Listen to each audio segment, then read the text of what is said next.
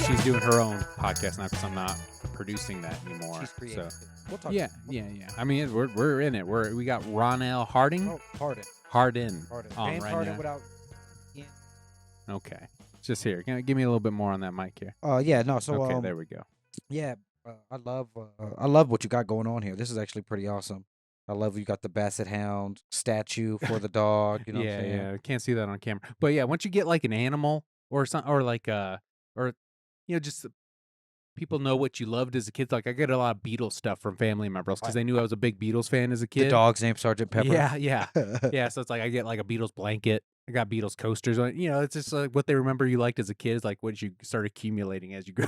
How do you get into the Beatles as a kid? Oh man, my aunts and uncles. I grew up around a lot of my great aunts and uncles mostly. Okay. So it was their era. Yeah, it was there. I was listening to Cool 105 in the car. Mhm. Dude, I fucking miss that shit. Dude. It's crazy. The Lady Gaga is being played on Cool 105 now. I'm like, times have changed. I actually, so I'm in a rental car and I've been listening to the radio, and Cool 105 plays 70s, 80s, 90s, and 2000s. Really? 2000? Well, Lady Gaga's 2000s. Yeah, like 2000s, 2K, whatever. So then I was like, dang, when I was a kid, it was playing 50s and 60s. Yeah, dude. You know what I'm saying? Like Beach Boys. Like, bada, bang, bang, bang. Yeah, it's like that shit. Richie Valens. Yeah, and dude, stuff, the doo-wop shit. Yeah. Loved it. Loved it. And so like now, I remember like it's crazy like when you're younger, somebody says, your music's gonna be the old school. Yeah. You're like, shut up. Don't nobody Yeah. we're not. The next thing you know, I'm listening to a Tupac on Cozy 101.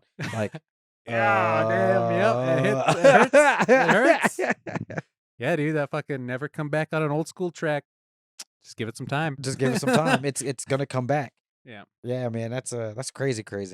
But no, I mean the Beatles though, I mean, I think that's it was something that I got into obviously like in my 20s. Okay. Someone like my older at heart friends had probably been listening to it in their teens or whatever. Like I think one of the first songs that I loved was Eleanor Rigsby. Yeah, because it was a sample. Obviously, I heard a rap song with the yeah, sample, Oh. and then somebody was like, this is the Beatles. I was like, what song is that? The song is called Beautiful People by Talib Kweli. How do you spell that last one? TAILEB.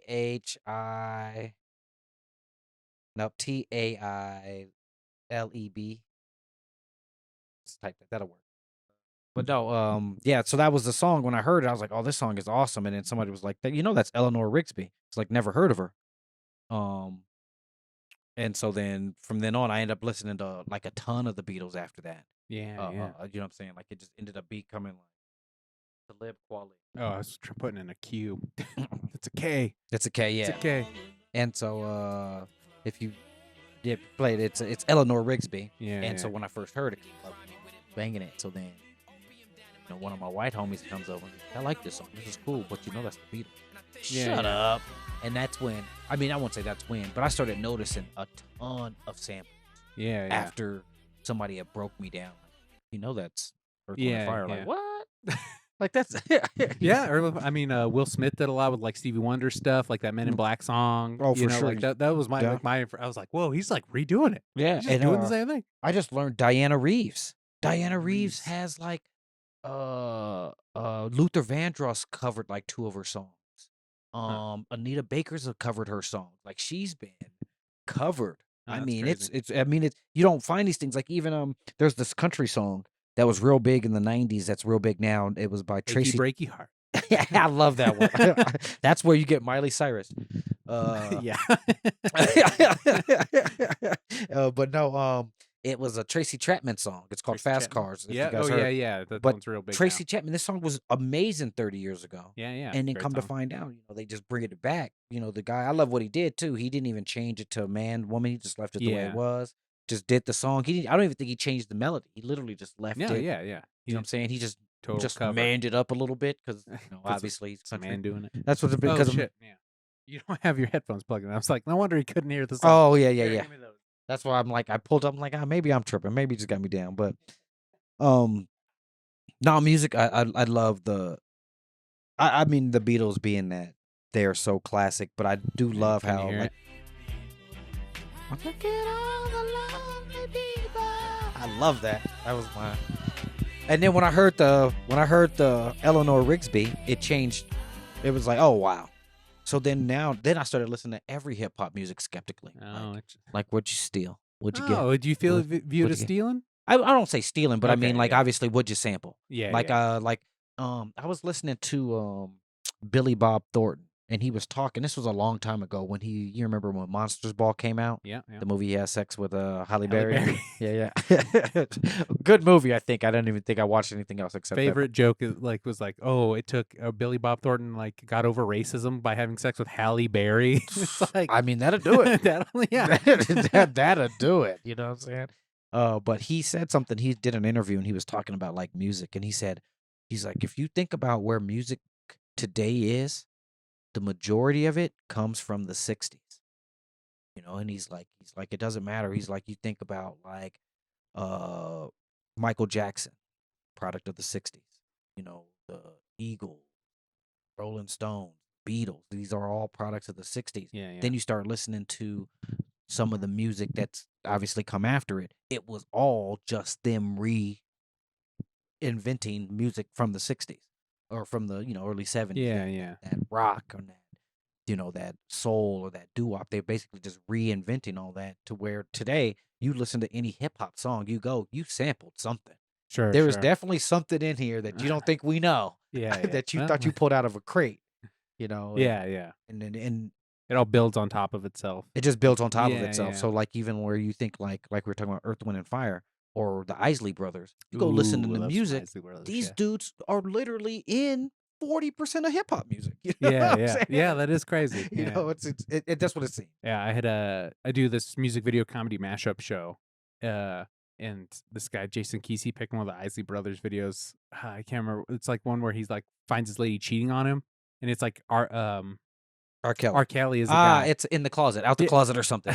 R. Kelly does all the in the closet ones, but yeah. God, what was it? The Isley Brothers. It's because it's Mr. Biggs. He plays Mr. Biggs, and he leaves R. Kelly Contagious. So contagious. Yeah, he leaves R. Kelly in the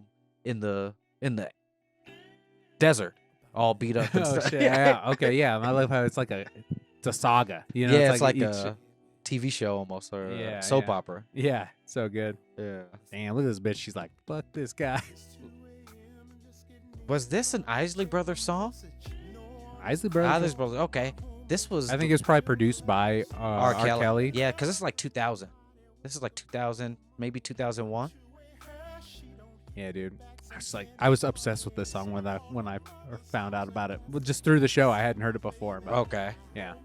Yeah. But there he is. Scandal noted. Okay. Scandal noted. Oh, not the. Oh, it's like a flip. Yeah, it's the two-way. Those were the two ways. It wasn't the sidekick. It was the two-way, like text messaging. Uh-huh. But it was a two-way. That's what we called Oh. it. It's text messaging today, but it was a two-way. So you would have a pager, and a pager they would just page you, put the number in, Yeah, then you yeah. would just see a telephone number. Where a two-way, you can could only see talk the to text. other two-way Oh, okay. because they would be able to send the message. Yeah, yeah. You know what I'm saying? Or they paid you, and you would just see the telephone number. But that was expensive. That was like $20 a month.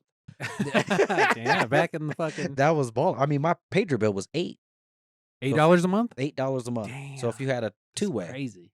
it was like $20. Yeah, So yeah. you were kind of balling. And then how much was it to get that two-way back then? You know, like probably like $100 bucks. Yeah, You know what I'm saying? It's probably like $220. Yeah, but I mean, you think $100 back then?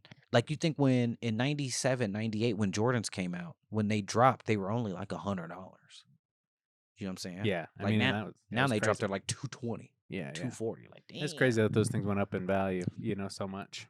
Yeah, I mean, yeah, I think that there's weird niches inside of the society that we're in that people find value. There was a point in time people were buying like Lion King VHSs Yeah, for like yeah. $1,000. Like they didn't last long, but people were doing it. Damn, I think I got some old Disney VHSs out in the shed back there. You know, The Aristocrats worth a G, baby. You never, Ooh, damn. you never know. I hated that movie too. I hate it, but it wasn't my favorite. Yeah, I mean, I used to love those Disney movies back in the day. But I mean, but you think like the nostalgia of old stuff, people buy like, I mean, even old jeans. Oh yeah, denim, People buy, yeah, like the 501, like the Levi's. the Levi's that like have like the logo, like obviously they did logo changes. Yeah, yeah. You see older ones with like when they had the logos with the people in it instead of the jeans. Oh, okay. That's funny. Yeah. You know what I'm saying? Oh yeah. I was just at a Levi store, like a proper Levi store in not an outlet, at like the fucking Park Meadows Mall, and I saw they had like this thick leather, like printed on patch on the back, instead of just like the stamp Uh-huh. for the like where it says large in the Levi's logo on it, and I was like, why does this have a like? On the Because I have this jean. no on the jackets. On I the was looking jacket, at okay. jackets, Uh-huh. and I was like, why does this jacket have the big like embroidered like piece of leather? And they're like, oh, because that's just like that's straight up from the factory. I was like, well, I got one the same jacket from Target, and it's like it doesn't have that, and she was like, yeah, that's because it's like an offshoot. And it's like not, it doesn't come straight to the Levi store. It's like a But third it's party. like, yeah, it's like the same jacket though. But it's like, I don't know. I was just like thinking, it's like, damn, I want that. I want that logo one. I need that one now. Yeah, But I yeah. have that one on. Yeah. So it's just like, it's how they get you, man. That is how they get you. It's fashion's weird too. Like that's even like how you say like you walk into a store, you see a shirt, go to like a Target or a TJ Maxx or a Ross, but then when you go see to the store that it actually comes from, it doesn't look the same. Yeah, I've actually been going to a bunch of different like Kohl's and like Ross's recently, and you see the same shit you see at like a Target, like a knit sweater, with like the design here. It may be a little bit different, but it's same basic quality, kind of same thing. It's just like interesting to see like what their like in-store brands are doing versus because like the Target brand is Goodfellow and like the Kohl's brand is Sonoma or something, so it's just like it's all coming out of the same fucking warehouse for sure. Pretty much. I remember when I was in New York. I remember I was in New York trying to buy clothes, thinking I was going to become a fashion person, and I seen somebody come downstairs with a bunch of jeans that had no logos on them. Then 2 seconds later, I saw a bunch of jeans come out with a bunch of logos on them, and I was like, It's the same shit. "This is all the same shit." You know what I'm saying? Like, is that where you gave up clothing? I wouldn't say I gave like up. caring about what. Not that you don't. You present yourself very well. I'm not trying to like. Yeah, no, I mean that's kind of where like for me, obviously, you see me do comedy. I'm in comedy. I do comedy in a suit, and then when I'm not in a suit, like shows you're it. It shows. Mike's you do and Mike's. Yeah, I'm dressed in jeans and a t-shirt. But when I do a show, when I'm getting paid more or less, I'm in a suit, like it's full. Get up, get down. But when it comes to just going out regular, I really just wear jeans and a t-shirt. I got on Chucks today, but I typically used to wear Jordans and a pair of jeans. But it did kind of come from that because it was like they're all the same fucking jeans. Kinda. I used to go get some Jabot jeans because they cost more. Go get some Lucky brand because they cost more. Man, now I just wear Levi 501s because I think they all come from the same place. Yeah, that's true. Well, certain things you pay for the quality, For like, sure. Yeah, certain shoes or something like that. I think I'll invest more into as I've gotten older. Instead of just buying another fucking pair of shoes, generic shoes from Target that I'll wear out in 6 months. Like I got, a pair of shoes from fucking Red Wing. I'm a big Red Wing guy. The boot, like the boot company. And I like that stuff.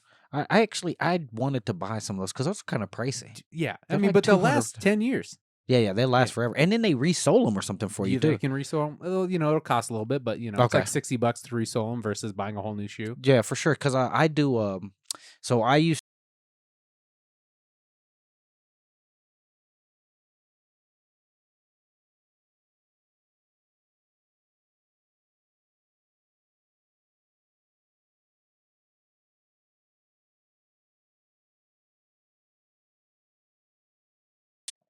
A really good shoe, and so he bought me and we went, obviously got like wingtip. Yeah, like wingtip shoe? it was like a sale. He got me a sale, but you think they're $400? He bought mine for like $200. Okay, yeah. Because they were on sale. About 2 or 3 years later, I went and bought another pair because they are that good. Yeah, and I do agree with you on the quality. Like I'd go buy some DSWs and run straight through them. I would take them to a cobbler to clean them. He'd be like, man, just throw these out, dog. Yeah, he's like, it's not worth it. Like, you can't resole them. He's like, these aren't those type of shoes, man. Yeah, like, yeah. He's like, I could tell you how much money you spent on these shoes. Like, Yeah. sorry, man, I didn't mean to insult you.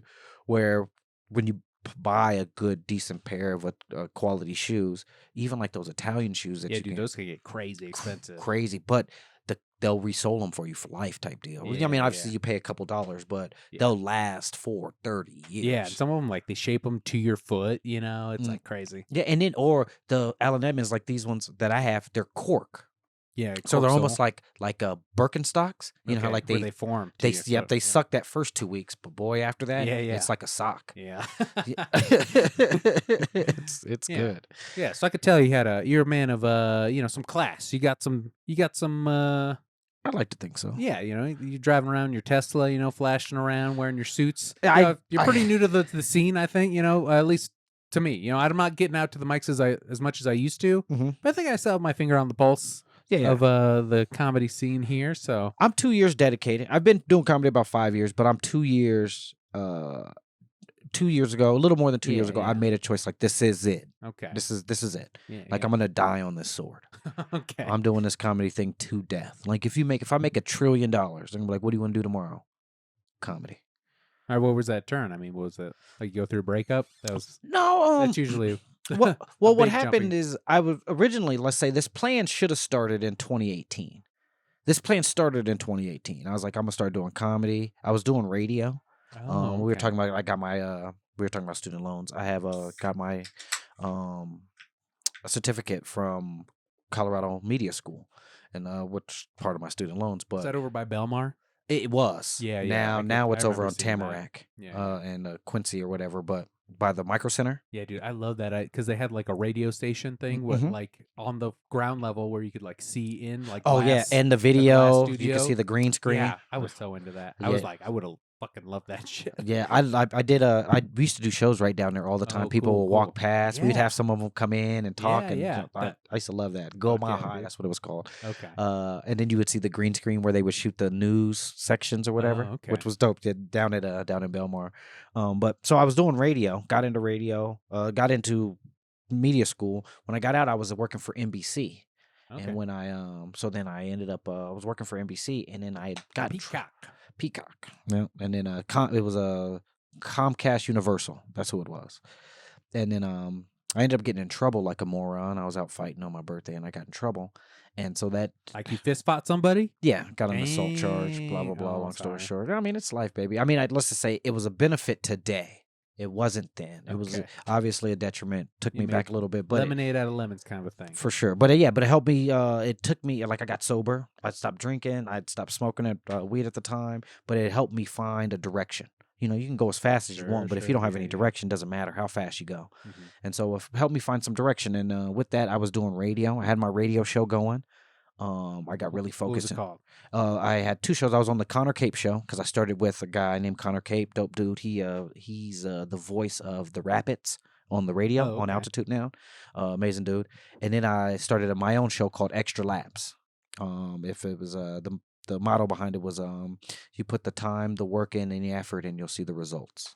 Okay. And so it was self-helpy stuff. It was sports based, but okay. but we would talk about stuff that like good sportsmanship, moving forward, progressiveness in life, self development, just things to kind of keep like as a young black man. I mean, at the time I was a younger black man. I'm not young anymore. I'll be 40 in like 2 months. Happy birthday! Thank you.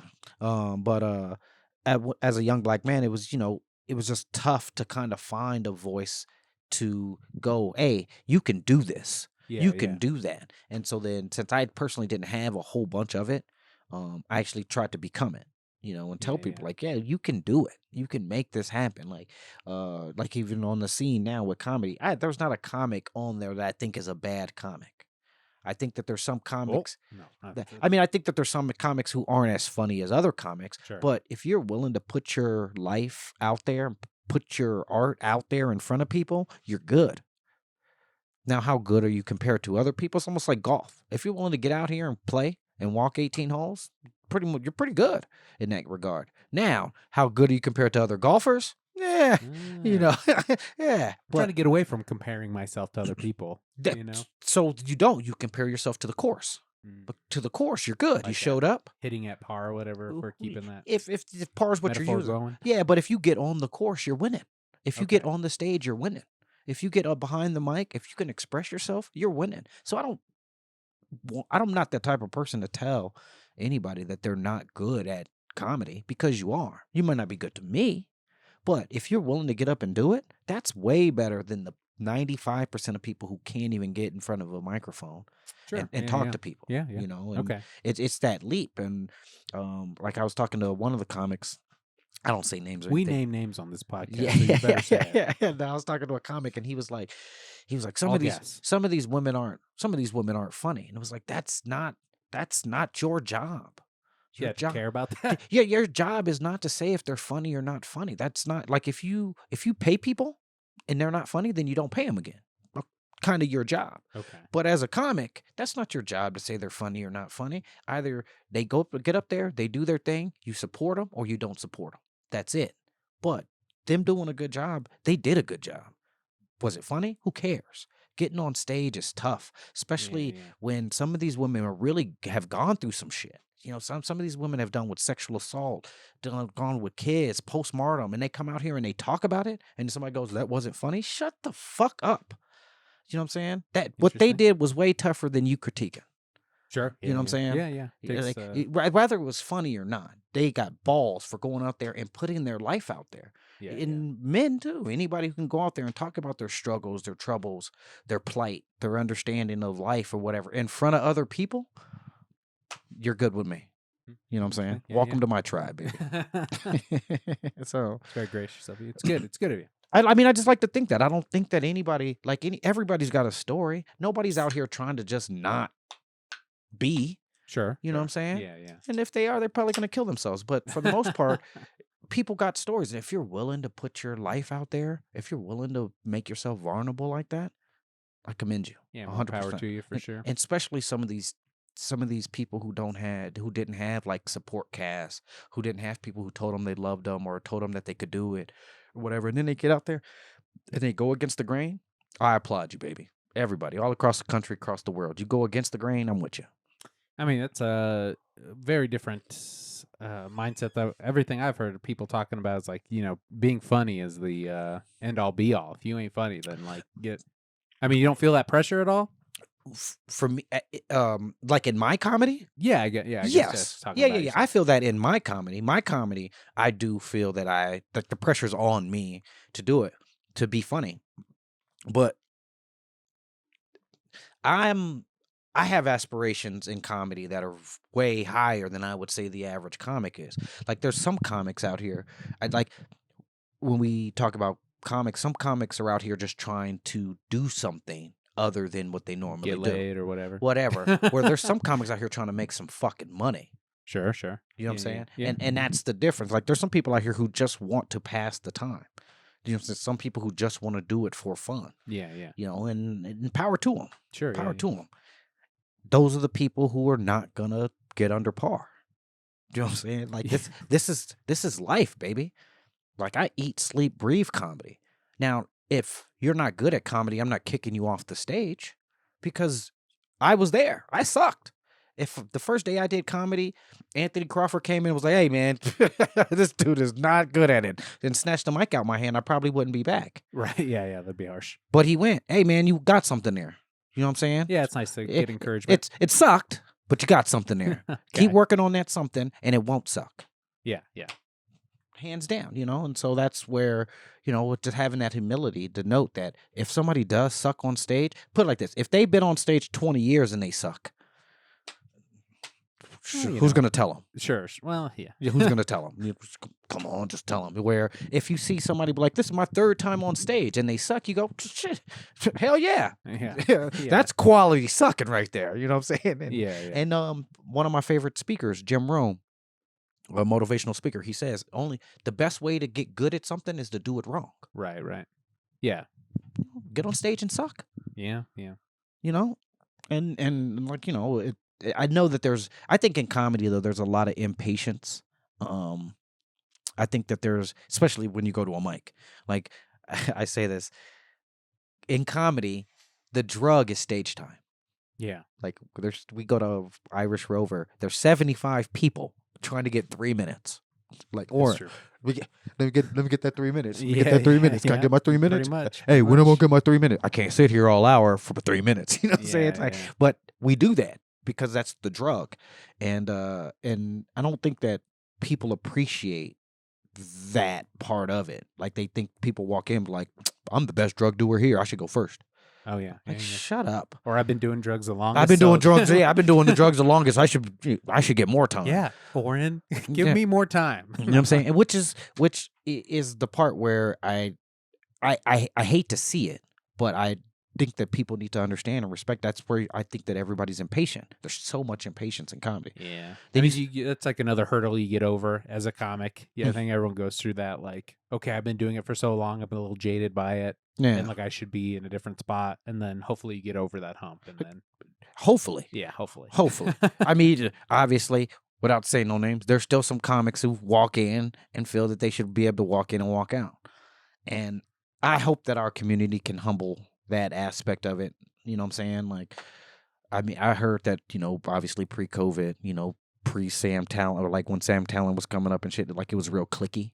Oh yeah, Like, I still think it's kind of clicky. it's still kind of clicky, Yeah. but I guess it was more like fucking, It was a lot more gay. It was Gangs of New York kind of. Like, Yeah, you know what I'm saying? Yeah, like, yeah, there's we don't the even fuck with Grolics, them. There was the fucking Fine Gents. Yeah. Like, we don't even do comedy with them. Yeah. Like, damn.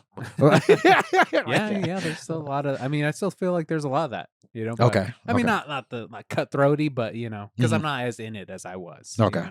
Do you Just produce kinda- a show? Yeah, I do that Comedy Save the Video Star. I do that at Western Sky. Oh, snap, with Harrison. Yeah, Harrison Garcia. Harrison runs Garcia. that- That's runs a that good dude. one. I like that guy. Yeah, good dude. Is your show kind of like pop-up video? Kind of, yeah. Okay. It's like Beavis and Butthead style. Oh, you like know, a Science Theater 3000 with yep, pop-up video? Yeah, pretty much. Yeah.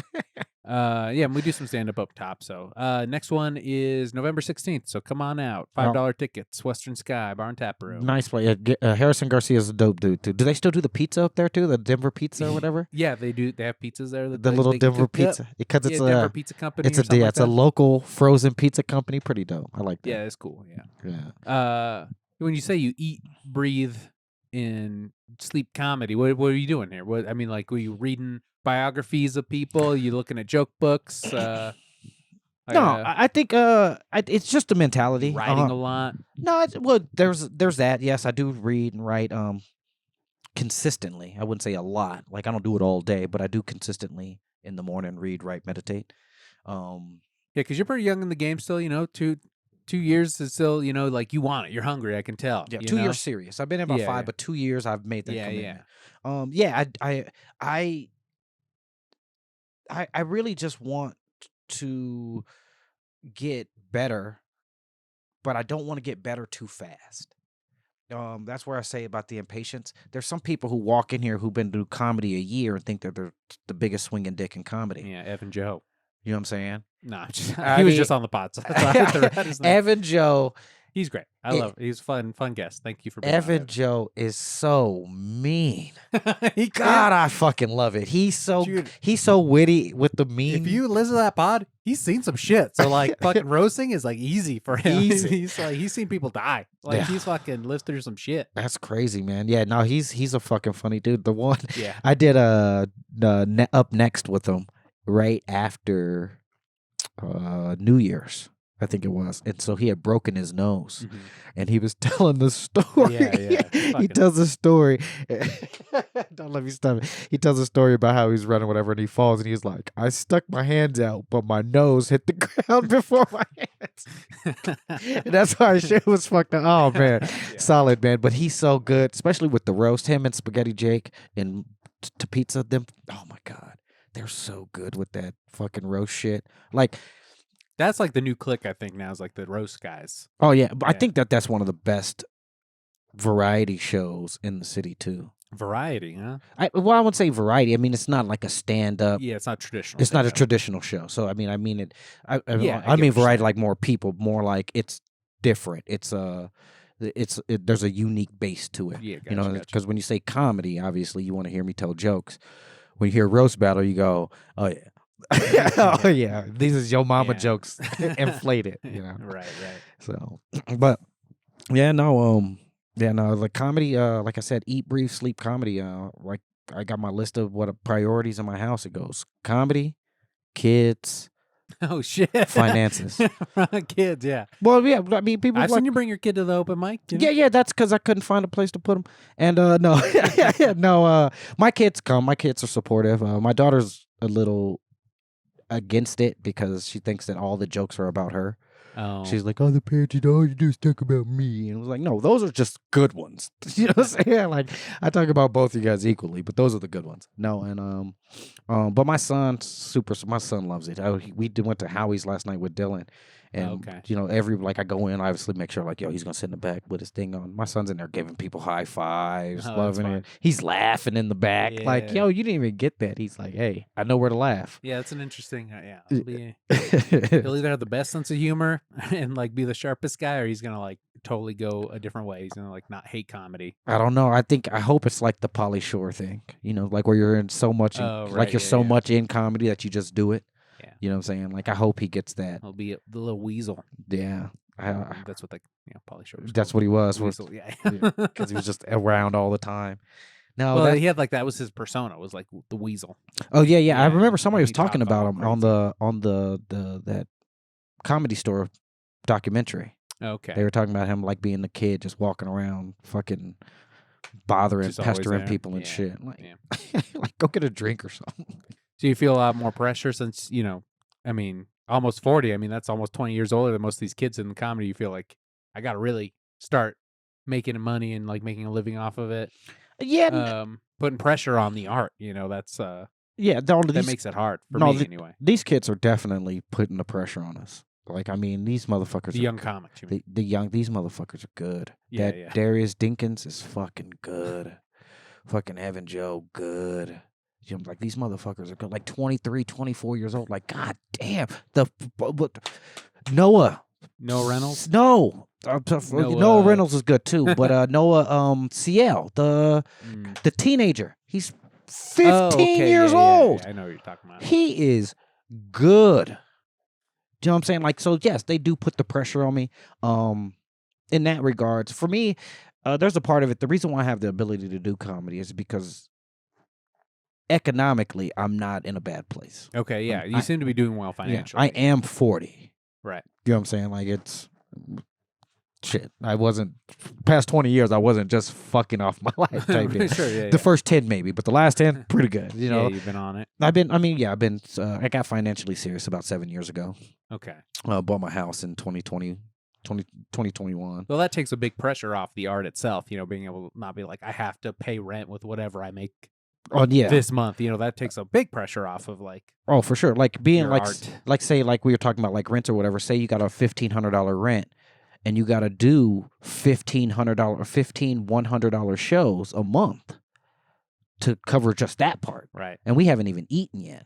We ain't even got light water, gas yet. You know what I'm saying? So yeah, that would be a tough bill because getting 15 shows a month.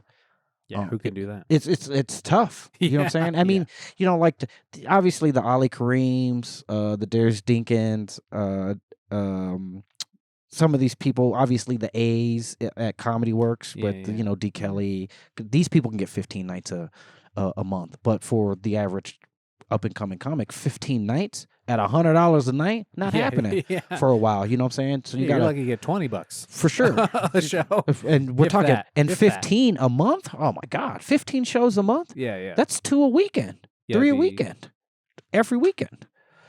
So in that regards, having the financial part kind of under control in my world, where I don't want to fucking brag, but like where my house and my car are less than what some people are paying in rent.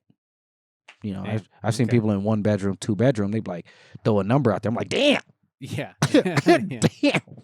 Shit, I'm gonna drive home and fall asleep in less than that. You know what I'm saying? Well, if you had any advice for young 30-something comic, coming up, wants to get their finances in order, what's a piece of advice you got for them when you said you're starting to take it seriously? Well, if comedy is your thing, that's it. Just go. Just be broke, be poor, be hungry until maybe they have a wife. They want to keep happy. Just kick them sorry, out. my fault. Sorry about that. Did I move it too bad? No, it looks No. okay. If you have all those things, then you should have had a job in the fucking first place. I mean, yeah, you know got what I'm saying? jobs. I'm just, I would rather. Yeah, I get. I would say try. like if you got a wife and kids and everything, and no then kids, just wife. just wife, and then you decide like, oh yeah, I'm about to cut everything off and start doing comedy. You better hope she supports the fuck out you. You know what I'm saying? You better hope she's raking in a couple dollars to put up with your $20 15 times a month. I mean, that's a good comedy. That's something that people like. That fucking be a good hang. Really, like I said, what I was saying earlier is the way I got into it is I was doing radio, and then I started doing mortgages. And the only reason I really started doing mortgages is because COVID hit. So I was doing comedy and radio at the same time. I was trying to, do my radio show. I'd get out of my show at like 10, then I would try to go hit mics. This was like 2018. And then in 2019, I started, inside of my radio show, I started getting licenses. I was like trying to teach, obviously, young black man how to do anything. So I was over at Emily Griffith. I, they had the GIS, the Geographic International Systems. I got my certificate in that. I did my real estate classes. I didn't pass the test or anything, but I did the real estate classes. Then I did my mortgage class just to get the license, just to do it and talk about it on my show. Okay. And like how to do it. Anybody can do it, age range, people you meet. Like I was just trying to, and have people in the industry come and talk. Excuse me. So then when COVID hit, I was like, you know what? I should just do mortgages. I already had the thing, got the license, passed the test. All I had to do was get licensed with the city, got licensed, and I ended up making maybe 10 grand my first 60 days. Dang. So what does getting your license entail? You take classes, and what do they teach you in these classes? You take a 20 to become a mortgage lender. You got to do a 20-hour class, and inside of it, they teach you basically the laws, the rules, the regulations, and then the math. Like interest and like shit like that. Yeah, like interest rates. Then a little bit of the math in regards to like, what I'm trying to say. Any big funny things from that class? Any takeaways? What do you mean, big funny? Yeah, or just like anything that's like, this is crazy. I never would have thought of this. Oh, yeah, for sure. FHA, Federal Housing Authority, Administration Authority, whoever the fuck, started issuing loans in 1935. Okay. Didn't give a black person a FHA loan till 1970. Yeah. So, inside of doing the loan thing, when you, at the end of the loan, whatever, at the application, you don't have to, but you click your race. There's only 5 races in this country. There's only 5 races in this country. I'm not saying there should be more or less. I'm just saying in this country they acknowledge they give 5. You 5 options. White, black, Native American, Asian, and Islander. Okay. So inside of that, I found out that like Mexicans and Puerto Ricans are white people. Yeah. I didn't know that. It fucked me up. One of my Ace Boone Coons. Your what? My Ace Boone Coon. And one of my good homies. I'm sorry, what? I can't say that. I'm sorry, what? Sorry, it's a term from a movie. It's a good one. But what was I saying?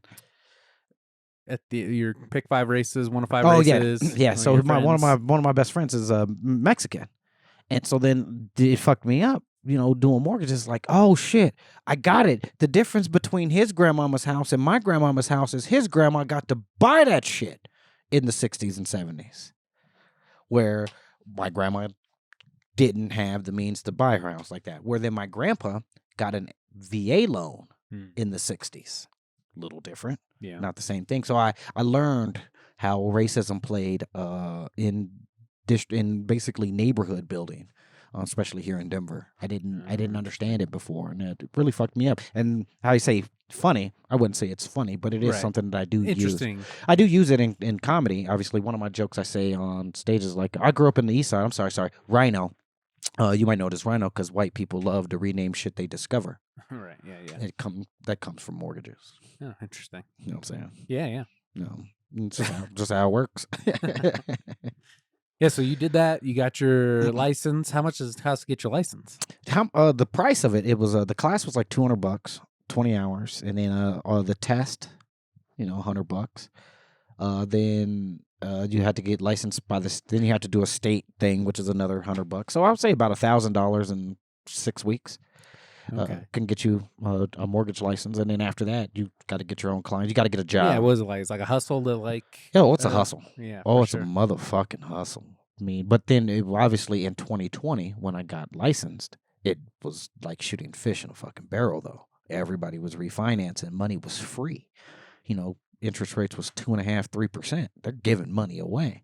So I was getting basically literally low hanging fruit, but I was new to the game. I didn't know. That's like a comic coming into the game, been here, you know, say they been doing comedy a year, moved to Denver, and then get 5 shows. Yeah. That's what it felt like. Like, Okay. oh my God. You know, it took me a year. I got here. I started doing comedy in Colorado in 2018, 2019 regularly. 2020 obviously took off. 2021, I came back and started doing it full time.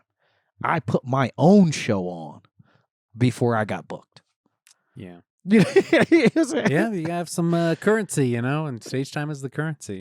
Stage time is the currency. Yeah. And so I would encourage every young comic in the city to get a mic and become the holder of the currency. Because that's, I mean, you think like so many people who are running shows are the people you see on social media getting booked. Yeah. You'd be like, oh, his show. Then he's booked out 2, 3, 4 nights. Now somebody else is running his show because he's gone. Like, Right. oh, snap. Why? How did that happen? By putting people on the show who in turn started booking or had the Yeah. links to bookers. There's a lot of I scratch your back, scratch mine kind of thing. Type, and that's what that would be. And then you would get to learn everybody on the scene. Yeah. You know what I'm saying? When you know people on the scene and they see you and they know you're funny, people will be quick to go, oh, get Ronell. He can open. Yeah, a lot of it's just being around. You know, availability. Like, yep. And when you're, you know, out of sight, out of mind kind of thing for a lot of comics. Yep. Availability is the best ability. Yeah. So you would say you just were kind of lucky with timing, why you got so many you're so successful at the mortgage stuff so quickly? For sure. I think it was definitely There wasn't like a secret you were doing. No, I literally got in at the right time. And then you think a lot of people who got in at that time with the mortgages, a lot of people also got in with the real estate. So I had a bunch of friends getting in with the real estate too. So it was just happening at the same time. Yeah. Oh, you're in? All right, cool. Send me a deal. Building, and then it was just kind of happening. And so when I got that first, that first year, when you make $80,000-$90,000, you're like, what? Yeah. When you go from making 30 to 40 and then you double your income. Yeah. I was like, ooh. But I didn't double my lifestyle. My lifestyle didn't change until the end of 2022. So about 2 years later is when I bought my car. I had already bought my house, but my house, I was paying $1,800 in rent, and then my house is a lot less than that. My mortgage is a lot less than that. Right, you know what I'm saying? So just in that sense, it was a benefit to buy my house. But I didn't start really being more frivolous until... Frivolous? Well, I mean, it took a while. I mean, I drove a 94 Jeep. Sure. Well, I had a 2015 Volvo. I'm not going to BS. I had a 2015 Volvo when I got my job at NBC. Obviously, was feeling good. Nice, yeah. You know what I'm saying? And then I wrecked it, and then I didn't go get a new car. I literally just drove a 94 Jeep Grand Cherokee for 4 years. You know what I'm saying? I was putting a lot of gas in it, but I didn't have no car payment. Nothing. Yeah. I was hustling that. I was saving that. I was putting that in stocks. I bought so much stock. My down payment came from stock growth in 2020. That's crazy. Yeah, I put in like $8,000 or $9,000, probably pulled out 24, 25. My down payment was like 20 after my taxes. My down payment was like $2,500, $25,000, and I pulled almost half of that out. When did you start getting like this financially savvy? Were you like radio people? Like who? When did you start just watching YouTube videos, listening to podcasts, reading? I started reading more. I really so there was a book I was required to read in high school, and I didn't read it. I bullshitted through it. I skimmed the top of it. How to Think and Grow Rich. What was it called? It was fucking Rich Dad Poor Dad. Rich. Yep. I remember my dad reading that one. Rich Dad Poor Dad, and I didn't read it. And I still graduated or whatever, and I still got my English credit or whatever, and my math credit because it was like it was in class, but it was like a reading for like a math class Then it was a reading. Then I could have took that math class, whatever writing, and used it for my English. Long story short, I didn't read the book. I bullshitted through it. You know what I'm saying? Got the C in math, passing. Got the D in English, passing. We're good. Let's get out of here. Let's go. I did that in college. Let's go. So then I ended up, the main reason why I didn't read the book in high school is because I couldn't really read. Guy was Asian? Okay. Yeah. Well, I didn't know how to read. I didn't really know how to read. Like, I could read the book. I knew all the words, but after I read it, I didn't know what the fuck I had just read. And so then I ended up moving to Europe when I was like 23 years old. And when I was doing what in Europe?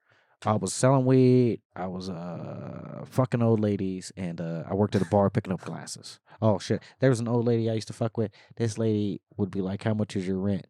And I would tell her like, "Oh, it's $250 a month." When I could have said like $8, and she would have paid it. But since it was $250, she was like, "Easy penis, take your little $250." You were jiggle. Hey, man, I ain't gonna bullshit. I did whatever I needed to do to stay. Sure. I went for 6 months. I ended up staying a year and a half. Well, can we just get into this? How the fuck would you get to a place where women are like, "I will pay to fuck you"? How does that get presented? I mean, I don't think I ever was in a place where that would have ever happened. It wasn't a presentation. It wasn't a presentation. It was more like you're hanging out with somebody, and then obviously I was poor. I was broke. I was poor. Okay. So I would hang out with people because I needed something. I wasn't hanging out with people because I liked you. You know what I'm saying? Like, I went and hung out with some of these. I hung out with some of these dudes because they had the weed. I knew where I can get weed from these people. I go hang out with these people because we can drink and party with them all night and they wouldn't charge me. Then I would go hang out with these chicks because they fed me. You know what I'm saying? I would hang out with that chick because I actually liked her. Just kind of, Yeah, everybody had a purpose. Found these groups. Yeah, and so then, so then just being out there, I ended up hanging out with a group of people, and there was a older lady. I wouldn't say she's an old lady. She's probably my age now. Okay. But I was 23 years old. Sure, yeah. And we were hanging out. We'd party and we'd chill or whatever. And then I asked her one day if she would give me some money for food. And she was like, "You need money for food?" I was like, "Yeah, but like I'm grinding. I spent all the re-up. I bought 200 grams of weed. So I'll have money, but I'm hungry today." And she was like, "What?" And then she broke me down and she ended up being like a dope human being to me. Okay, yeah. Well, I mean, I'm glad it worked out. It worked out. I mean, she definitely paid my rent 2 or 3 times. Nah, that's cool. I thank her. Yeah, that's like, hey, I salute you, bud. Hey, I mean, it's when I was young. I mean, it was one of the best things about being older now is you get to look back at how young you were. And when I was young, I grew up in Denver. I grew up in the East Side. I saw pimps, drug dealers, hustlers, grinders. I saw people get killed. In Rhino? Yeah, before the Rhino showed up. Yeah. Way before the Rhino showed up. Like on the north side. The north side too. Okay, being the north side. The north side was rough too. I mean, the nasty they used to call it. Interesting. Over there by the Navajo projects, over by Chubby's. Shit, I remember one time we went down there to go kick it with some girls. We had to fight our way all the way to the Park Avenue Bridge. Like, just it was like fucking warriors. It was literally felt just like warriors. Like, you'd make it to the bus and then you'd be like, we're okay. And then you look out and be like, we gotta get off. So you're throwing hands, huh? You fight a lot? Not anymore. I mean, yeah, but like not anymore. Did you learn how to box, or was it all just like street? Like learn how to do it on the streets? It was. I don't even think I would say I'd definitely learn how to do it on the streets. But I wasn't never like a fighter. I wouldn't like fight because I was like aggressive. Sure, I would fight. I'm 155 fucking pounds. Someone was trying to hit you. Fighting because I need to go home. Okay. Like people would be like, why'd you hit him first? You see how big he is?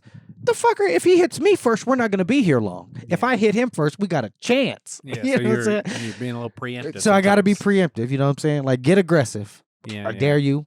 Let's go, because Do you have a move? You like go with the right or something? You like kick him in the sternum? I don't Do you have a signature move? I don't even know what best practice is. It's definitely the right. Where does it come from? It might be the straight one. Overhand right, which is a little wild, but I don't know. Did you have any just what when you knew someone was coming up on you aggressively? You're like, fuck it, I'm hitting first. I mean, I kind of have strike to. first. Yeah, strike hard. My big no brother mercy. is 185-pound fucking universal soldier. Okay, he's Jean-Claude Van Damme. He's chiseled out of a fucking block of fucking marble. Okay, you know what I'm saying? He's big as fuck. If he hits you, you're going to die. And he used to hit me. and I used to almost die. So you could take a hit. You knew you could take a hit. I knew, but I also knew I didn't want to. Sure, yeah. Like, fuck that. You know what I'm not going to do? Let you hit me. So, yeah, there's been tons of fights that it looked like I started it, but it was me protecting myself because I can't wait. Yeah, I heard you. Know what I'm saying? Like, best defense, good offense. The police like, well, you hit him first. Yeah, he's 200 fucking pounds. Were they like, yeah, I get it. Did they ever give you? No, they gave me handcuffs, took me to jail. I was like, hey, man, enjoy your birthday. Yeah, I was gonna say with that birthday one, so it was just drinking and you got a little too rowdy. Somebody insult your lady or something, or you like, it was a little pride, going. Pride. I mean, that's what it always is, huh? Yeah, I'm just being an asshole. I mean, I take full responsibility for it. It was dumb. It was stupid. But I mean, it's what it is. Like I said, I wouldn't be here without it.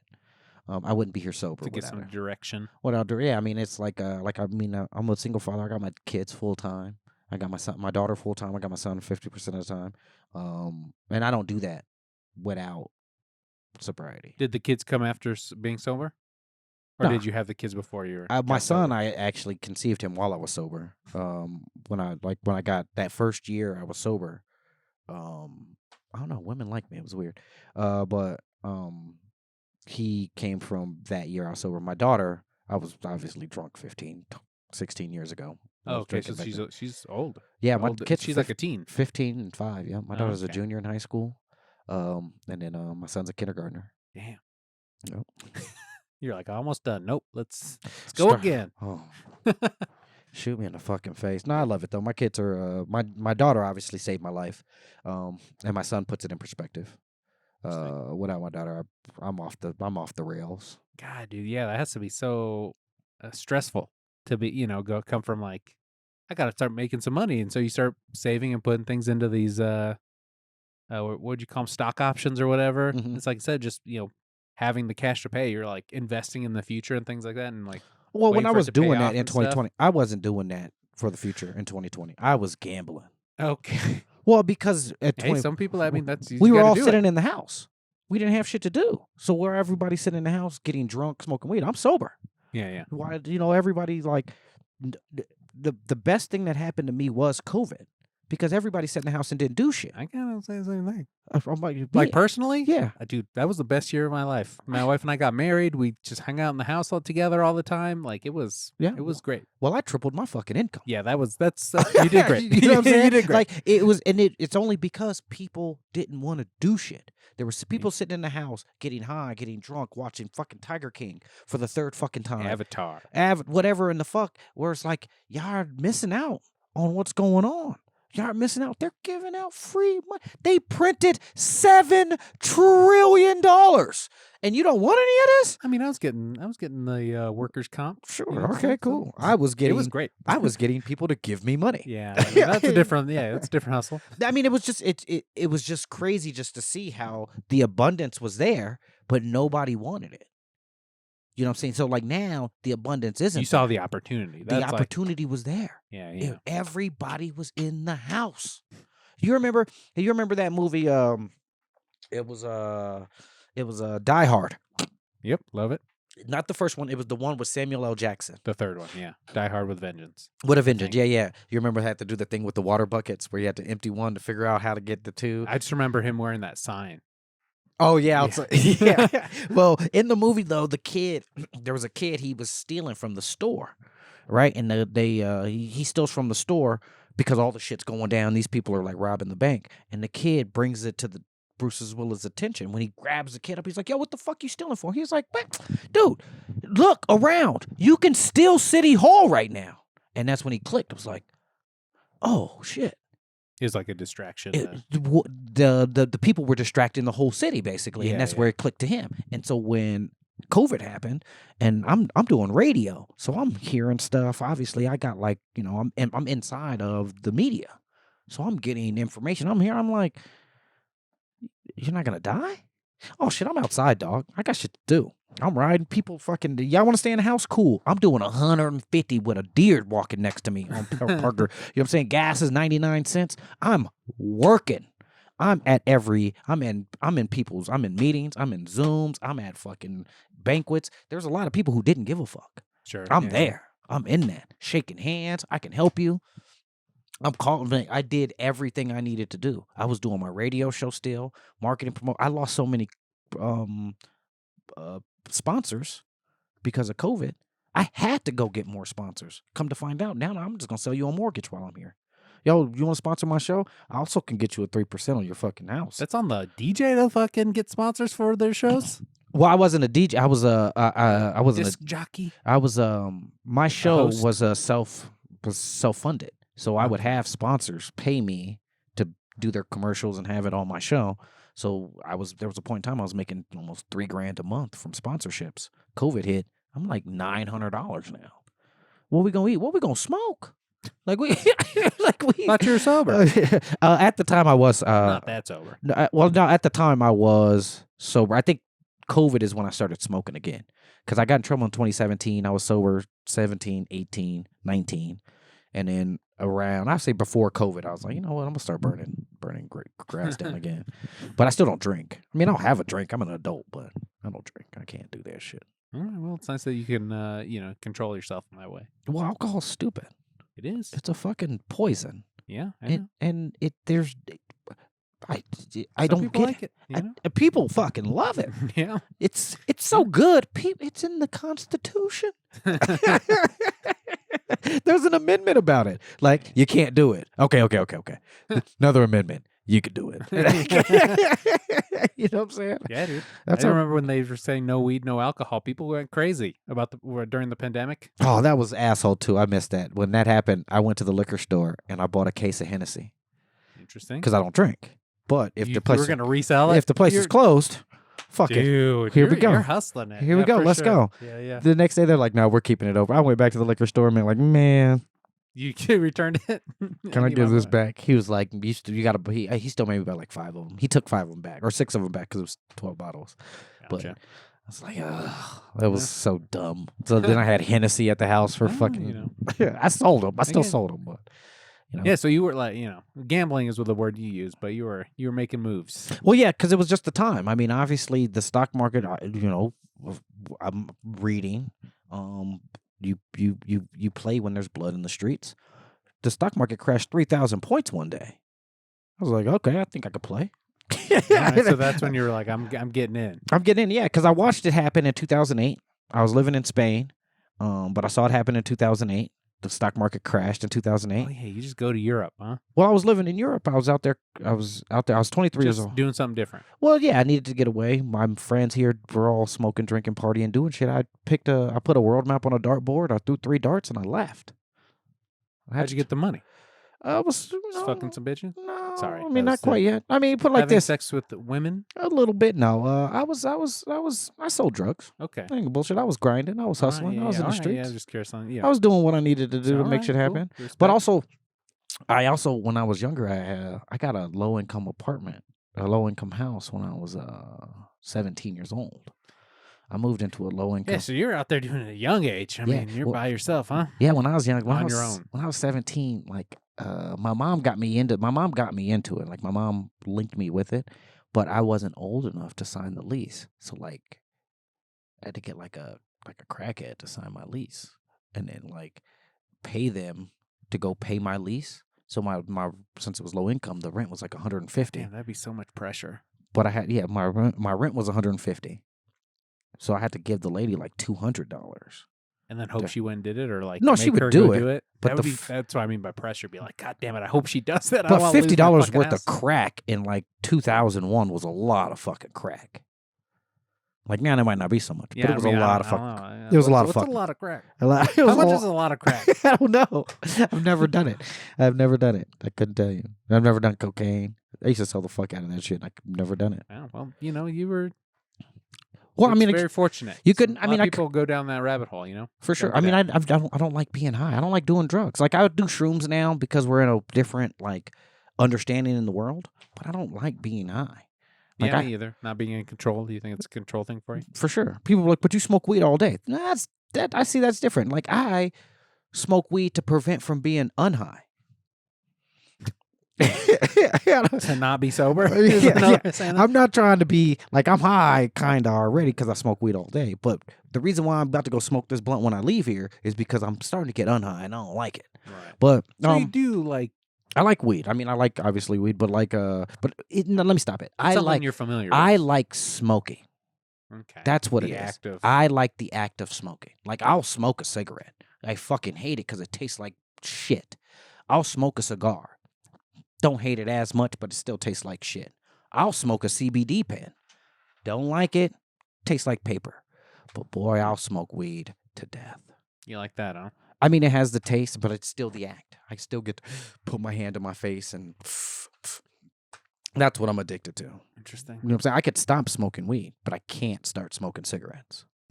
So I keep smoking weed. Interesting. No, it's stupid. So that brings you down a little bit. I mean, like it doesn't like get you high in the sense that like I can't do it because I can't. Paranoid and shit? Yeah, I get too paranoid. I don't like it.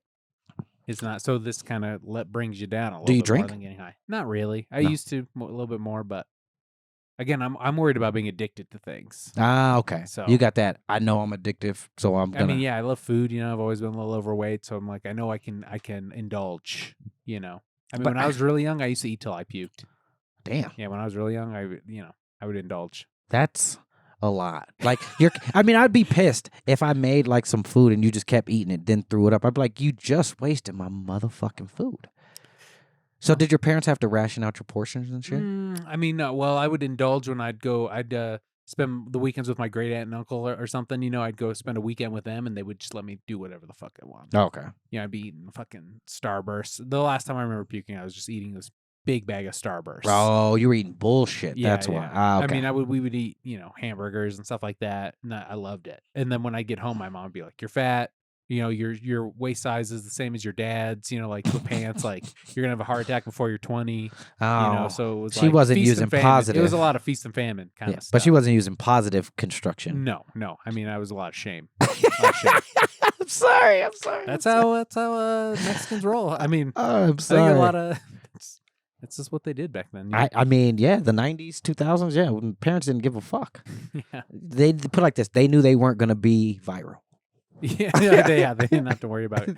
Dude, Yeah. if I could have filmed my mom and then put that out there, I probably would have been like, "Oh, look, my mom's so mean." We have a good relationship now. But, Okay. Both your parents? yeah, but I know both my parents. I don't talk to my dad though. Okay. So some baggage there. No, that shit happens. I mean, my father got killed when I was young. My father got murdered when I was like 5. And Fuck. So I think In Rhino? No, my father. I was born in Kansas City. Oh, okay. So my mom relocated here right after right before my first birthday. They moved here in November '84. I was born January '84. Get away from something. Really getting away from. Yeah, my grandpa left my grandma, and then my grandma left everybody else and came here. And I actually just got the story. My great grandma just passed away back in last year, and we all went to Atchison, Kansas, where they're all from. And so they all gave me the rundown on how we actually got to Denver. But one of my aunts had moved here, but then one of my her niece was living in California and came to Denver and never left. And then my grandma subsequently came, and then my mom and my aunt, and then we all just kind of followed behind in that sense. But yeah, we're born in Kansas City. I was born in Kansas City, so Denver is my home. But my father got murdered in Kansas City. That's where all that. Does he mix up in some drug stuff too? It's like, I don't. You know what? It's crazy. I don't want to talk about it. No, it's not that I don't want to talk about it. I actually I learned a lot, but I still don't know. Yeah, my mom told me a bit about my father, that he was in part of that life, what he was doing. I don't think anybody's ever pinpointed what my father was doing to me. But as I got older, I found out that he was he was a kind of a mean person. He was a womanizer. He was kind of abrasive. He had a short temper. I didn't know none of these things until literally probably 3 or 4 years ago. Went out to Kansas City, and one of my aunts was like, "Nah, your dad was the man." I'm thinking, "Oh yeah, he was cool." He was like, "No, he was one of those people didn't fuck with." I'm like, oh. So I've learned a lot about him. But being a father, it fucks me up because I didn't have him, growing up. So then I go damn, what the fuck would it have been like had I had a father what would I be like had I had a father? And how the fuck am I even being a dad? I don't even know how the fuck I'm doing this. Yeah. It must be in my blood because I don't know how I do it, Shit. But yeah, so that's obviously that's my little rundown on how I got here. But no, life is fun. You know what I'm saying? Life is fun. Actually, the other day, my son. So I had a picture of my son. My mom had a picture of my father and me when I was young, about my son's age now. And he saw it. He looked. He's like, "Is that you? That's you?" And he was like, "Who's that?" I was like, "That's my dad." And we're in my mom's house, and I have a stepdad. My stepdad's super cool. And my son looks over, and he was like, "But he like, you see my son like having an epiphany." He like points at my stepdad. He's like, "But," I was like, "Monk, that's my second dad. That's my dad number 2. I'll tell you this story later." But no, it's fun though. It's fun. This dad shit is fun. Yeah, so you're enjoying it. You like being a dad? Do I like it? No, fuck no. This shit's fucking stupid. No, I love being a father though. I think it's without it, I'm probably dead. Definitely in jail. I'm definitely probably broke somewhere. I'm probably not trying to grow. When you have that person to live for, that person who really relies on you, you like to think that you're putting the building blocks in places for that person to grow and be. And when I was obviously put to the task to be a father, I didn't have those blocks in place.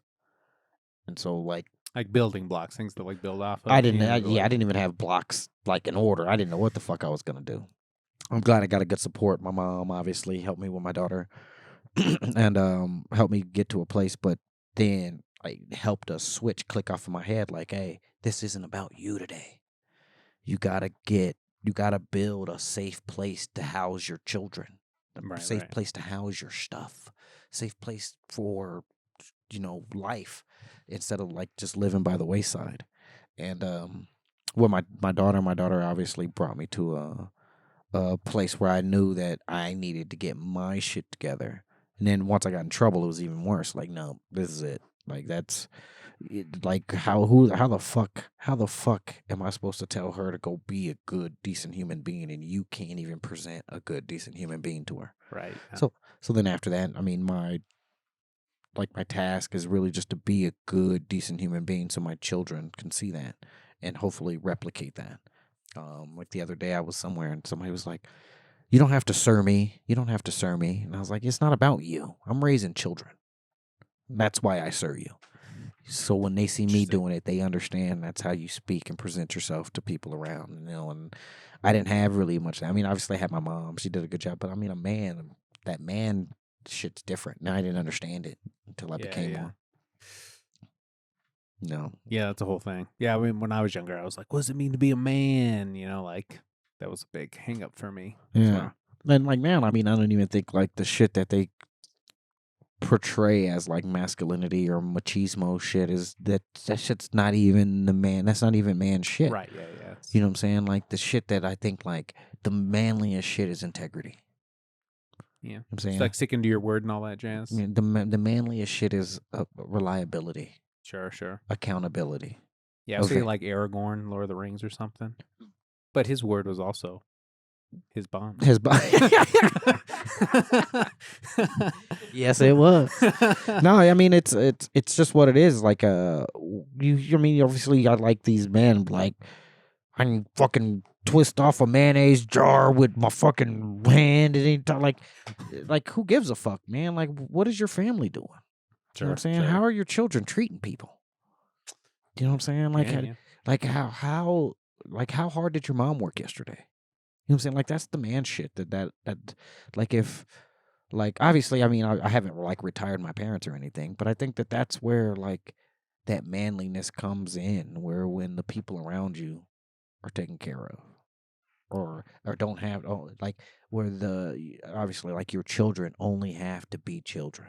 Sure, yeah. Give them that space to. I'm saying like, not have to grow up too quick, That's it. Like where like then your brothers and sisters could like literally be them and take care. Like I'm not saying take care of them, but where they are confident that they don't have to worry about you being fucked up or in jail or dead, where they can just live their life and you can support them and they can support you back. That's man shit right there. That's what I see it as. Like not necessarily being able to go pick up a fucking oh, man know how to do brakes. Yeah, or like Like, fight or something. You know what man know how to like I'm a man. You know what I know how to do? I know how to pay a motherfucker to do my brakes. Sure, yeah. That's good. Like That's shit. good. I remember one time I broke down. I got a fucking flat tire, and I called roadside assistance. And the fucking dude who came and did my thing, he was like, "Here I am fixing another tire for a man." And I was like, "Here I am paying a fucking broke motherfucker to fix some shit. If you don't fix that goddamn shit, Yeah, it's like, that. well, damn. I paid That you. guy's fucking, yeah, it's giving you shit. I'm paying you, motherfucker. Like you see, like Yeah, what? Fuck that guy. fuck that guy. Like you see these hands, they're clean for a reason. Sure, yeah. Cause all I do is touch booties and pill money, motherfucker. That's no.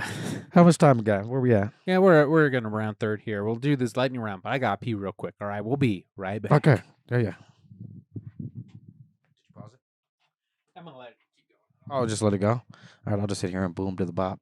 Oh, you're good. No, it's all good. No, this setup is fucking dope though. This dude's got a dope ass setup though. Like, yeah, I just don't get it. Like, he's got his little bookshelf, which is fucking crazy. I always talk about like people, like everybody got big, huge TVs and little tiny bookshelves.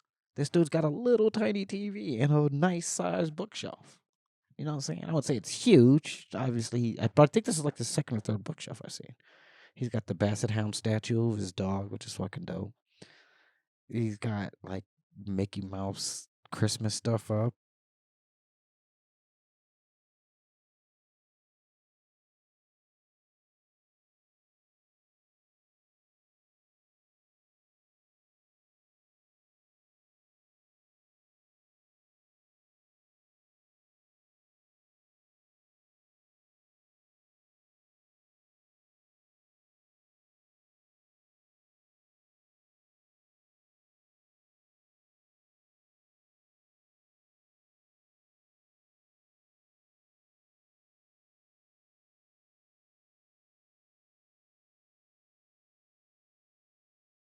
You know, it's all good. Nice little podcast venue. I'm a little envious. He's got the typewriter from the fucking It's like the typewriter that Fair and Loathing in Las Vegas that he carries around. Like he's trying to write. Like that's the type of typewriter. Oh yeah. My wife brought that with her. Yeah. Yeah. I think it was like her grandmother's grandfather. She used to write letters on it. So. Can you? And we're back. Can you still get ribbons? I think you can. I don't know. I haven't tried. Yeah, there's absolutely no point. Well, I can't wait to hear what you were saying while I went to the bathroom. I was literally just describing your place like this, he's got the Darth Vader head. I didn't even see that. That's actually fucking dope. Yeah, it's actually dope, right? Yeah, that's just actually really sweet. Like I was just commenting on your setup, like your little, like I'm a little envious of your podcast setup. Oh yeah. You know what I'm saying? Sounds like you got the funds to make your own. Doing just fine. I mean, I definitely can. I just don't. I don't have the creativity. I don't have the light thing. I wouldn't even thought about. I would have just turned the light on. I'm like, yeah, this is the light where you guys got the circle, the ring light. Yeah. He's got this down. He knows what he does. And question, where's the hat? It's in my room. It's on a rack. Okay. It's on the hat rack. He normally has this wild, like Kung Lao hat, like one of those hats that you could throw and it'll cut your fucking head off, and then he'll catch it and do something. I gotta get a hat place. That fucking Stetson should sponsor me. Dude. yeah. I mean, like, I was just saying, like, I need to make a super cut of all the people mentioning this hat. And be like, if you guys can't give me a fucking free hat for this shit, you guys are fucking up. I was thinking about you the other day too. I went to the Colorado Buffaloes game. Okay. And there were a ton of people had cowboy hats on. Yeah. And I was like, this motherfucker would be in hat heaven, just shining on these foods. They were more like cowboys, but they had a couple of hats that were like kind of buckety, like yours, like what's the guy Curious George, the yellow suit. That's what your hat has. That's what because it doesn't have the traditional brim. It doesn't have no brim. I have what they call like a cow puncher. A cow puncher is what they call that, like brim shape. Okay, and then you don't have like a dimple or nothing in it either. It's got two little dimples. Just on the sides, not in the front. Yeah, okay, no, it's like that fedora look. That's like a different. I think the next hat I get, I'll do something more of like a buckaroo style. Did you get that hat like custom or like you went and got that hat made? Yeah, I bought it at this place called the Cow Lot. Uh-huh. Great place. Check it out. It's in Wheat Ridge. and then they hand shape it there for you. With the steamer and thing. Yep, the Yeah. steamer, they'll cut it to, which is like heartbreaking because it's so much to Uh-huh. buy this hat, and then but you don't want something too big. It doesn't fit if the brim is a Oh, certain. so they edge the brim, Yeah, you can cut it down a so little it's bit. like a little over your eyes instead of over your face type deal. Yeah, it depends on how it How fits you your wear it. body. Yeah. I think the guy was saying the goofiest thing is when people's hat brims are too big for their body. Like that's when it looks like real goofy. So I think that's what's wrong with mine because I bought a cowboy hat at the stock show. The stock show's around my birthday, so I went maybe like 8 or 9 years ago. But I bought the hat and they steamed my hat nice. around it. But it is kind of big, and I have had somebody say like your hat's kind of too big. Take it to the cow lot, buddy. Yeah, They'll do it. They can do it for you. Yeah. Yeah. And then I got like a ribbon around it, and they put a fake eagle feather in there. Fake. Yeah, you can't get real eagle feathers unless you're native.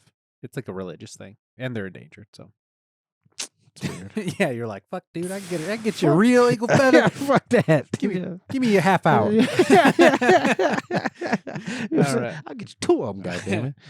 We'll talk off mic. All right. All right, we'll do some lightning round questions. Let's go. All right, this is all meant to be in fun. Lightning round. Let's ride. First thing off the top of your head, but not. It doesn't have to be a one-word answer. Okay. All right? Okay. Who do you think you are? Oh shit! Who do I think I am? I know I'm a comedian. I know I'm a comedian. I know 100% in my heart I am a comedian, and I'm going to make comedy 100% me. What makes you so great?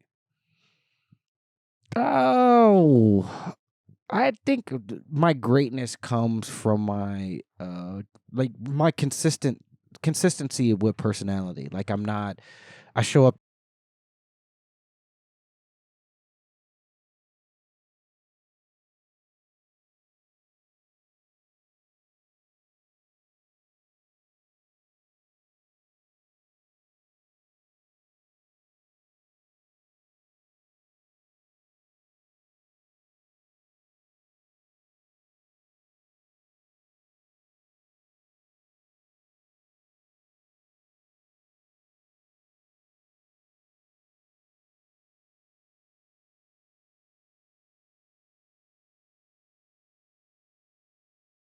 One of the things that that motivates me with like death is that it happens to everybody. And if you like with religious people, like obviously let's say with like Christians or whatever, they're more worried about where you go when you die. Me, I'm not. I'm worried about what I'm gonna do with the life that I have, with being alive. There's a saying, it comes from, I think it's Latin, it comes from like Stoicism, memento mori. Remember that you too shall perish. And so that's what motivates me, knowing that this is all going to come to an end at some point. I mean, you've definitely lived. I mean, like, you know what it's like to struggle, and you've gone out and you've seen the world. Like, that's there's some experience there. Yeah, for sure. And I failed. I've lost. I've had everything and lost everything. Got everything or got stuff back. Obviously got in trouble, dealt with the law. Crazy. Yeah. You know what I'm saying? Got a piece of degree. I've done a handful of things, but I also don't have the accomplishments that I would like, like where had I had put 10 or 15 years into comedy in my late teens, early 20s, I'd be fucking 20 years in. Sure. You know what I'm saying? I would have already sold a theater or something, but obviously that jack of all trades thing is something that I've been kind of lily padding from spot to spot to spot. Now I'm a comedian. I'm not leaving this one. This is it. I'm gonna die fucking right here doing comedy. Are you an artist? That's what comedy is. Art, baby. Now, do I draw in color? Not so much, but I do create. Do I color? No. No. I mean, that's what people. I mean, I think a lot of people go to that with art, but I mean, so. Yeah, I'm an artist. I definitely like to use the English language and curtail it to my liking for the pleasure of people's ears. What is art?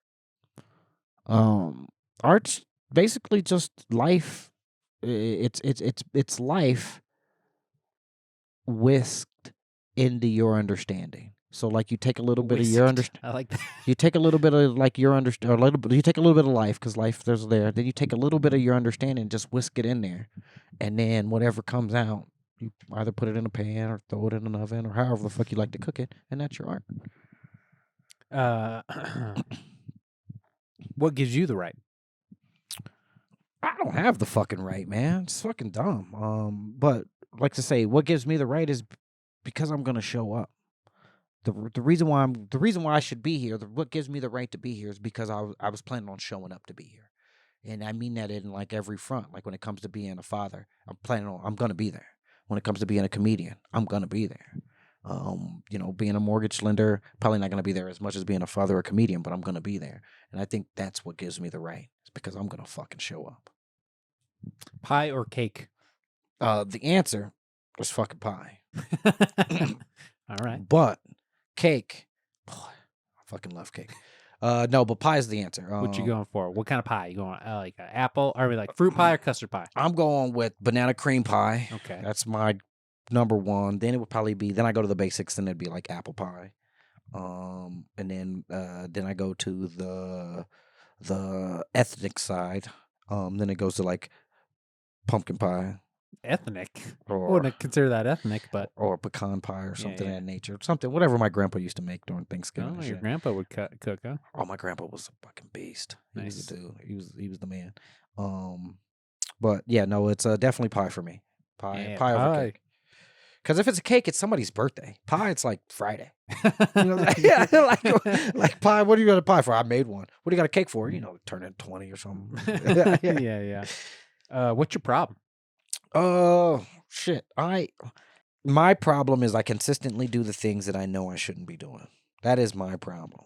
Like knowing that I need to, like getting up in the morning and getting on my phone 30, 40 minutes before actually brushing my goddamn teeth. I know I don't need to be doing that. Eating bullshit instead of a protein breakfast and, a decent lunch. Eating, eating fucking banana cream pie and ice cream and shit. So I know what I need to be doing, but I consistently do the shit that I'm not supposed to fucking do. Knowingly. Like knowingly. Not like I'm ignorant. Like, oh, maybe. No. I know I'm not supposed to fucking be doing that. And I still. Yeah, it's kind of taking the place of drinking or any of that kind of, when you say like you're addicted to something, you kind of replace it with other things. No, because I put it like this. If I was drinking, I'd still be doing the same fucked up shit. Right. You know what I'm saying? If you would say you were addicted to drinking anyway. It's just something. Yeah, it was something. I think it was a social. It was Yeah, definitely a social construct that took over. Gotcha. Where weed, I'm addicted. Like I'm like this. I won't drink by myself, but I will smoke weed in a ditch by myself, the last puff, and not share. I'm like, fuck that, it's mine. It's like, but yeah. So that's it. Huh. Interesting. Cookies or donuts? Cookies. Because donuts are fucking terrible, but I'll fuck up a donut every so often. Like I could do a cookie. I could do like a cookie a week, a donut a month.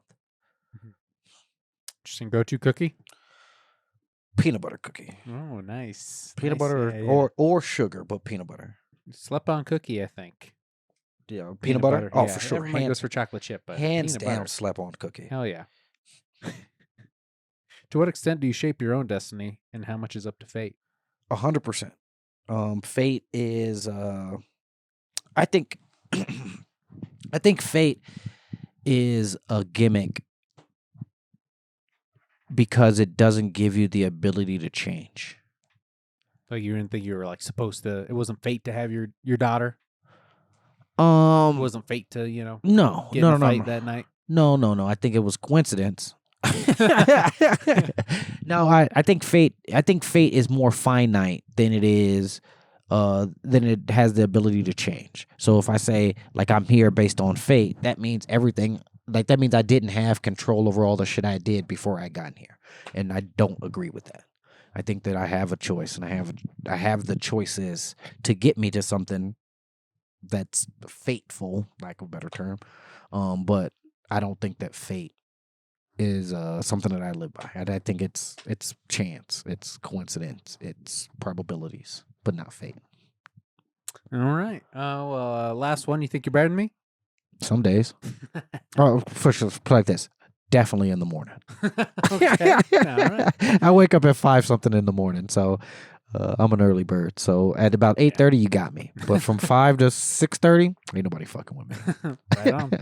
All right. Well, thanks so much for being on. Do you still got the radio show? You got anything you can plug? Where can people find you? A little bit going on right now. I'm still trying to get my Laughter Loft back up. I do have a Candy Shop Comedy. I'm starting over on 28th in Colorado. I got that moving. That's a show. What the show's called? Yes, Candy Shop? Candy Shop Comedy. It's at a smoothie shop, but it looks like a little candy store. Smoothie shop. Yeah, and I'm trying to figure out how to get around the selling of the alcohol. I've never really sold alcohol. I've only sold drugs. So I don't know how to A little sell. different. Yeah, a little. Same, but different. But there's more rules. There's no Right, yeah, rules yeah. on selling drugs. There's mad rules on selling alcohol, which is Sure. fucking baffling to me. So I'm trying to figure out how to get that part kind of over and under. But yeah, that's my next little thing. I'm at the studio with Ryan Evans on Saturday the 18th. Studio. The studio up in Parker. It's excuse me, you know Ryan Evans. He's the black gentleman. He does a lot of shows. Okay, yeah. He does the game shows. I just heard about this guy. Yeah, he does recently. the game shows. Has he been here for a while? He's been in Denver a bit. I think he's from like Chicago. Okay. Don't quote me. He's from somewhere else, but he's been in Denver for quite a while. But he's got a lot of stuff I going. think he runs a show at Image Brewing or something like that. Some brewery show. A buddy of mine works there, and he's like, "Oh, we do a comedy show." And I was like, Okay. "Oh, I probably know the guy." Don't know this guy. Okay, yeah, he does game shows and stuff too. He Okay. does game shows all over. But Cool guy. super cool All right, cat. all right. Yeah, he's like an actor. He's an older guy though. I would say he's probably like mid 40s. Okay. He's not like a young comic. He's probably been in the game, 10, 15 years type deal. But dope dude. So yeah, I got that moving. And then like I said, my podcast is coming back, Extra Laps. I'll have that up and running by January. Just trying to get people motivated and get people going, and hopefully I can be around to see a positive world where everybody's not sad and miserable. And if you are sad and miserable, come see our comedy. This dude is pretty fucking funny here. I'm pretty fucking funny, and we're here selling jokes. You know what I'm saying? We need fucking money. Shit. Yeah, that's for sure. That is fucking That would for be sure. helpful. Yeah. But like, I know his wife loves him, but boy, if he didn't bring in that check, I mean, she makes more than me, man. yeah, but he bring no check. Yeah, that would be harder. Yeah. But I'm very lucky. Thank you so much No, for thank you. being on. Yeah, appreciate it. Let the guest size off however they see fit. I will say Wakanda forever. Be excellent to each other. I'm not just saying that because you're here. Sorry, you made some deep eye contact when you see Yep, you get it. Yeah, so however you want to see fit, or sign us off. Did you have a sign off for something on your radio show? I usually did have a sign off. I would my main thing was be safe, have fun, be safe, good night. But I really want to sign off by telling people to read, educate yourself before picking a side. There's a lot of stuff going on in the world, and I think that with the way media works, the side is given to you before you get to pick. So make sure you do your research and pick a side that fits you and not the side that they gave you. To that, people, love each other. Have a good, wonderful evening. My name's Ronell Hardin. I can't thank my man JD for having me. Good night.